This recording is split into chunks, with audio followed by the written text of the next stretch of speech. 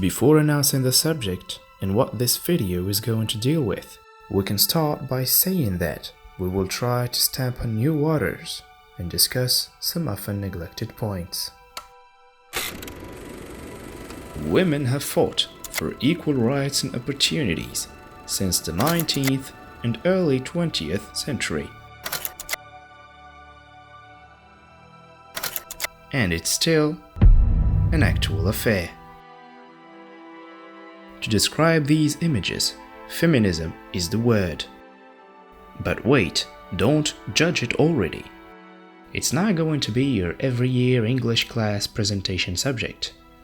As I said before, we will try to go a bit farther, exploring different opinions, making this discussion more vivid, and highlighting some unpopular points of view. Like women saying that feminism, or at least some forms of feminism, have really gone too far, or men thinking that feminists should keep fighting. Your narrator, me, is a complete novice on the subject. I did not spend much time to read and to seek answers to form my own opinion, but I will do it now in front of you, through the opinions of my guests. As my history teacher has told us once, always start with definitions, making sure that the students, and by students I mean you, will follow during the whole session. So please fasten your seatbelts. The first round is on. Feminism is defined as the belief that women should be allowed the same rights, power, and opportunities as men and be treated in the same way, or the set of activities intended to achieve this state. Masculinism is a term that we use to advocate for men's rights affected by certain issues, not to push back feminism, but to reach a steady state of equality and harmony. First things first, I got to know what feminism and masculinism are really about, and at this point, I have no problem with either of these two, let's say, ideologies or principles. Maybe we're physically and biologically distinct, and we may sometimes think in a different way, but for sure we can deliver with the same efficiency. To be honest, masculinism is a word I heard for the first time only this year, and this implements that masculinism is not what the world is struggling with when it comes to gender conflicts. Let's all take a moment and get to know feminism up close.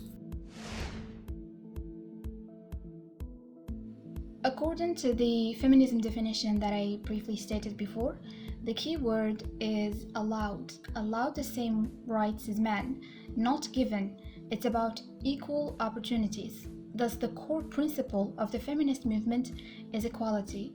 It advocates freedom, fearless expression, and economic empowerment. Consequently, in declaring yourself anti-feminist, you are claiming that women should not be allowed the same rights, and the feminist who deviates from this definition of feminism is not a feminist, because any step beyond equality into inequality is not feminist anymore. It is female chauvinism, the belief that women are superior. However, there is a brand of radical feminism or contemporary feminism that has taken it too far, that seems to have lost touch with classical feminism, as it aims to break patriarchy, which radical feminism views as oppressive to women, but it does not equip women to face the challenges of freedom. This form of feminism is toxic and comes with repercussions. Thanks to my guests' reflections and thoughts, I can say that I could for the first time locate the problem and guess from where things have leaked out of hands. Modern feminism, with all its variants and perspectives, radical, separatist, anarchist, and many more. This comparison will take us aboard another so complicated subject, but I personally see modern feminists as terrorists who, by their acts, they only stain and spoil the image of their own religion or race. Same thing goes for these ladies. Because of their reckless actions, real feminists will have to fight more to reach their pure goals.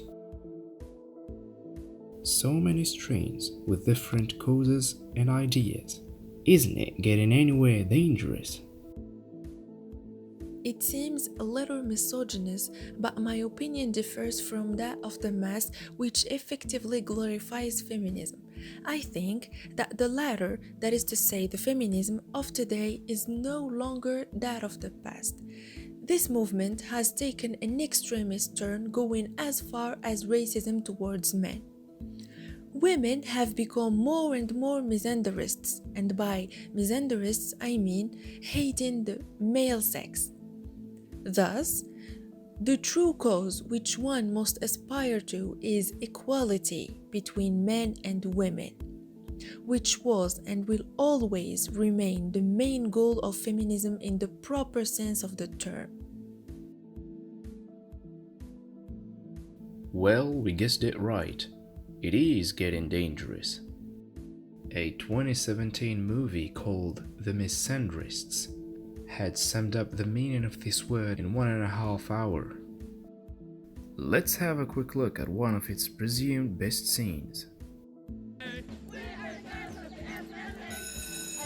girls, the closest way to a man's heart is through his chest.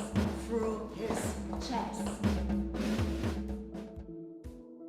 We have seen how feminism can deviate and mutate to completely different and unrelated ideologies. As we have seen that these mutations can lead to hateful acts against men.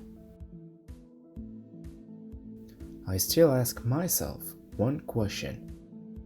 After all these years, changes, and achievements that men and women have reached, do we need feminism nowadays?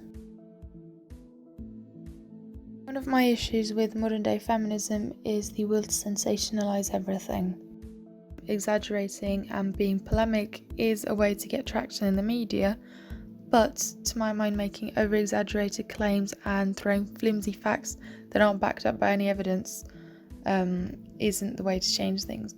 One of the things that I want to touch on is wage inequality. Now, I think in most developed countries there's more or less equal opportunities for education, which means that women can get the same diplomas as men easily, but it's still undisputed that there's a wage difference between men and women generally get paid less than men. Now, one thing that feminists tend to do is throw around big numbers saying that women get 20% less pay than men. This is the example in France. However, many studies show that this number is actually a lot lower. Some studies say that it's 10% difference, and that's because they're taking into account the numbers of hours that worked, the type of contract, the previous job experiences, the job title, and these are all factors that make a lot of difference in the final pay. Now, of course, 10% difference, 20% difference is, in either way, it's never a good thing. I mean, it should be equal, but I'm sure there are other factors that go into this wage difference, even though I think it's unacceptable. But I think that exaggerating this number and also not taking into account all the facts only seems to decredibilize feminists, because they seem to be radical and they're not taking in information from all points of view and all sources of information. They're just taking a number out of context and turning it into something that they know will shock people, which to my mind is not the best way to make progress. The best way for that would be to acknowledge the reality of the situation, plainly considering all aspects and facts, and moving on from there.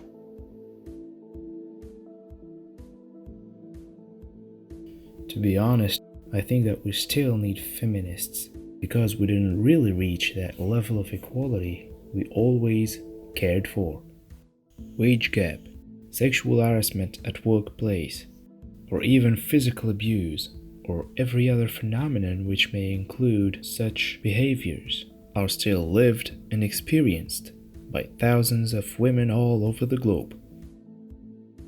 But on the other hand, Aren't men also suffering from these reforms? I believe that men have a lot of issues like domestic violence. In our society, home violence is closely associated with women playing the role of the victim and the husband, the abusive tyrant, but men can suffer from domestic violence as well. 30% of domestic violence victims are men that are abused by women, girlfriends, wives, and mothers. Unfortunately, these victims don't have a place to seek help. There are almost no special centers for supporting men in difficult life situations. Men feel ashamed to ask for help because society doesn't take this issue seriously. It's assumed that real men don't complain about that stuff and that women can't hurt them. And don't forget that it's the women who receive a custody of the children in case of divorces. In most countries of the world, no matter how good the father is, he has to fight for the right to raise his kids.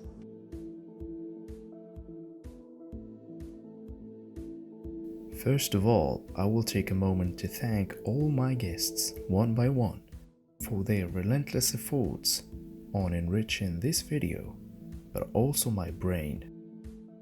After all these clarifications, I finally built my own point of view, and now I can decide on whether or not to take part with any of these two ideologies.